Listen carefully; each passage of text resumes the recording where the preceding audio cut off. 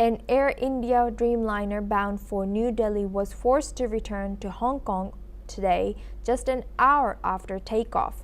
The pilot suspected a technical issue mid-air. The incident involved a Boeing 787-8, the same model that crashed in Ahmedabad last week, killing over 270 people that flight. AI-115 was headed to London but went down moments after takeoff, smashing into a residential complex next to a hospital.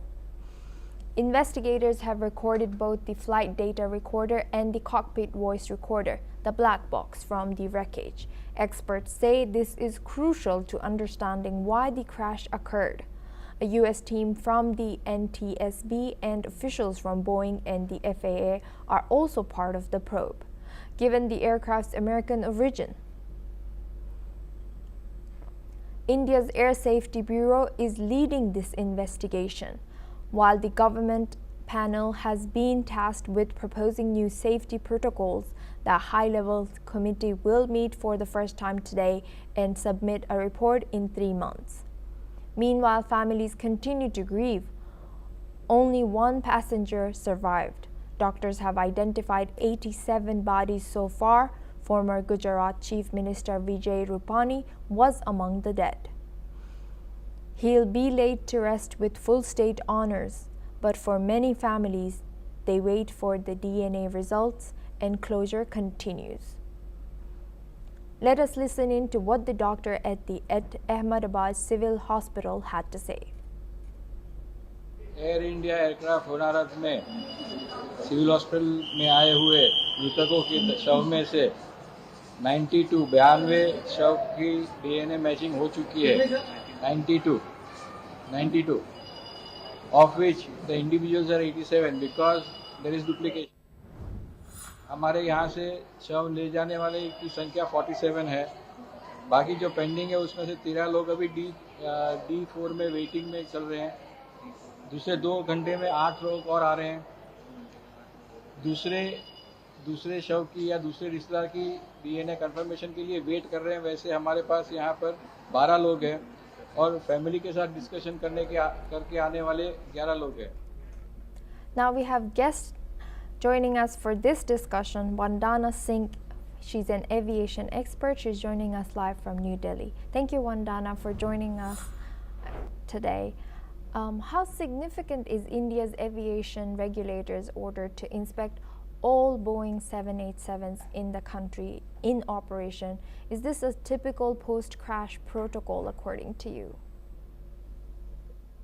Actually, yes, in the wake of this seriousness, because this has been a crash we are witnessing after many, many years. The earlier crash was in the early 90s, which happened also close by New Delhi in a place called Chakri, where entire 240 passengers perished because it was a Saudi Arabian Airlines passenger jet that crashed with a cargo aircraft that was incoming. After that mid-air crash, this crash has been a very, very serious one, and it's happened after good 30 years. So having said that, it's very significant. The government is looking into this very seriously, and as you have rightfully said and heard, there is a proper probe committee that's sitting aside the investigating authorities that have come in from Boeing, from US, from UK, the Directorate General Civil Aviation Bureau, its officials. Apart from that, we have at the Indian government, the Home Secretary level, heading another joint committee with at least 8 or 9 other joint secretaries involved in it, and top level officials, including police and Gujarat state government, where the crash occurred. So yes, it is a very serious incident, and the government is taking it very, very seriously, because this has happened after many years that India has had to face. Over to you. And expanding on what you just said, how concerning is it that 2 separate incidents involved the same Boeing 787 model in such a short time frame? What kind of strain does this place on Boeing's reputation, especially with the 737 MAX history still being fresh?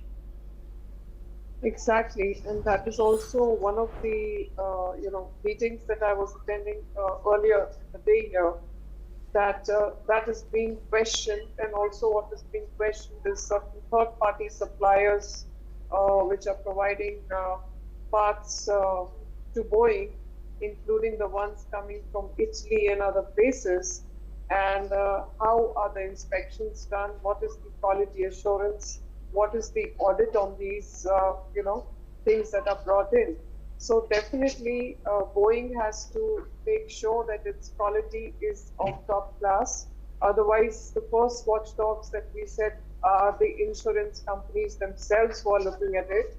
And then there is the Senate, which is sitting, and the FAA, which are watching.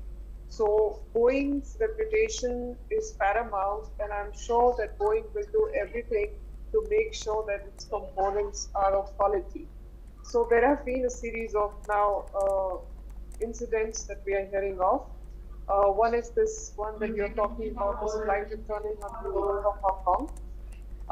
Then, or landing in Hong Kong. Then there was a bomb threat. That was yesterday, which was found in one of the lavatories in on a Phuket India flight, Phuket New Delhi flight. So the aircraft come back to Phuket, and of course this crash itself that happened, which has been catastrophic. So Boeing really needs to check its own third-party suppliers, where certain parts are coming, its own safety and security, and all of its instruments that are going into the making of various equipments, such as 787s or other equipments that are coming in the future. Don't forget that just last year we had a Starliner that was stuck with Sunita Williams inside it, and that could not come back. We all remember that when she was stuck in space for 6 months, till SpaceX, of course, went and rescued the two astronauts. So there's a lot of work that Boeing has to do, and the government is closely monitoring it. And Vandana, that brings me to this question further. How can global aviation authorities collaborate to ensure consistent aircraft maintenance standards across carriers like Boeing for this case? You're absolutely right. It's a very inclusive approach that the global aviation bodies have to take, and we are inclusive in that. And we know that there are two giants, one is Boeing and one is Airbus.